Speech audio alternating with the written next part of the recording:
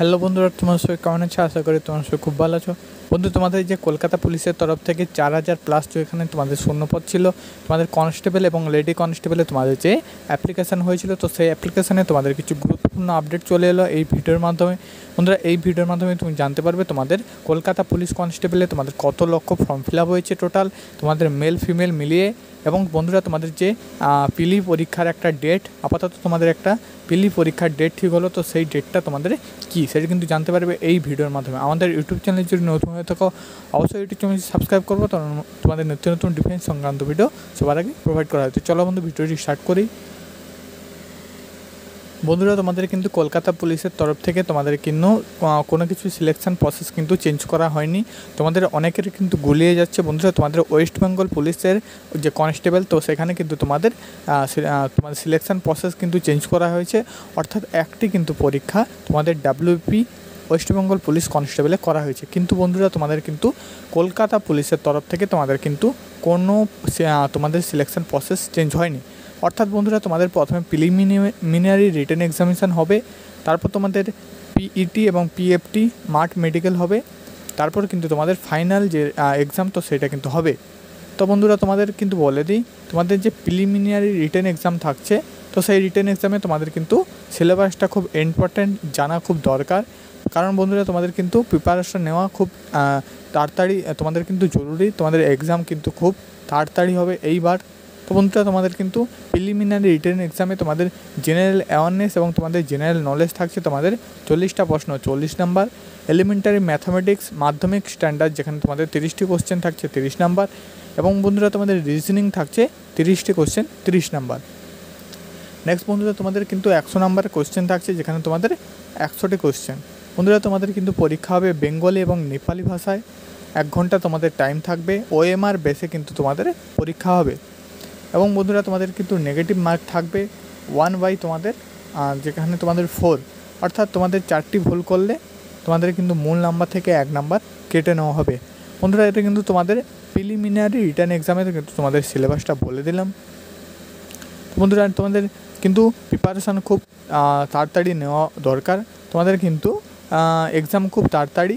বন্ধুরা, তোমাদের বলে দিই, তোমাদের কিন্তু কোন মাস নাগাদ তোমাদের এক্সাম হবে।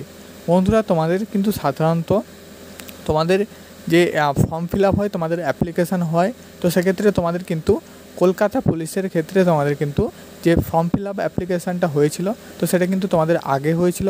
বন্ধুরা, তোমাদের বলে দিই তোমাদের কত ফর্ম ফিল আপ হয়েছে এইবার তোমাদের কলকাতা পুলিশের তরফ থেকে।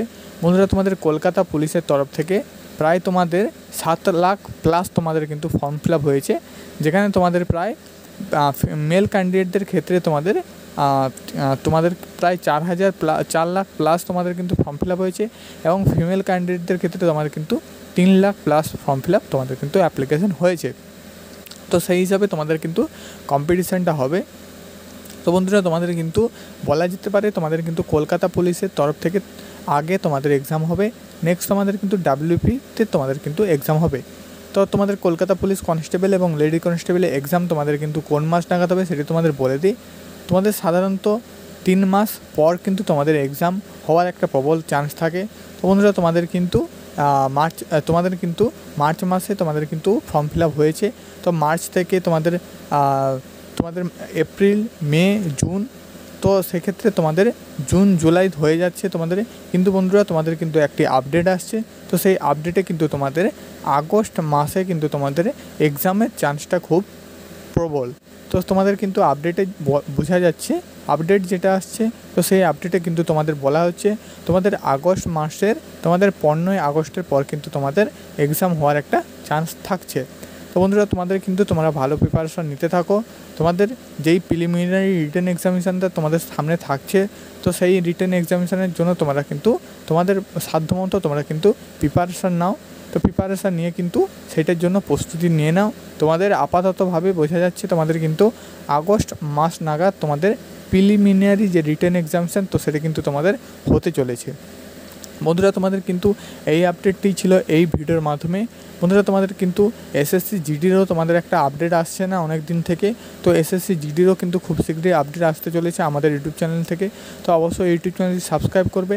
তোমাদের কিন্তু খুব তাড়াতাড়ি তোমাদের এক্সামের যে রেজাল্টগুলো, তো সেই এসএসসি জিডি এক্সামের রেজাল্টগুলোও কিন্তু তোমাদের আপডেট নিয়ে আসছি।